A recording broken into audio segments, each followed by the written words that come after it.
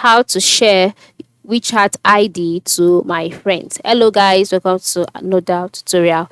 In this video, you would learn how you can share your WeChat ID with your friends. You can always share your WeChat ID whenever you want and however you want.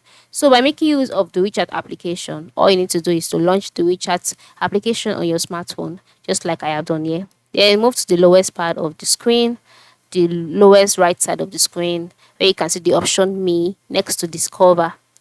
So after clicking on Me, you'll be taken to your profiles page. So on this page, you can see your profile name. You can now see your WeChat ID. Then once you can see that, just click on it. Then after clicking on your ID, you will be brought to your profile pictures page, your name, your ticket, your WeChat ID. Then select it again. And if you want to change it, you can click on change, or you can just copy it this way.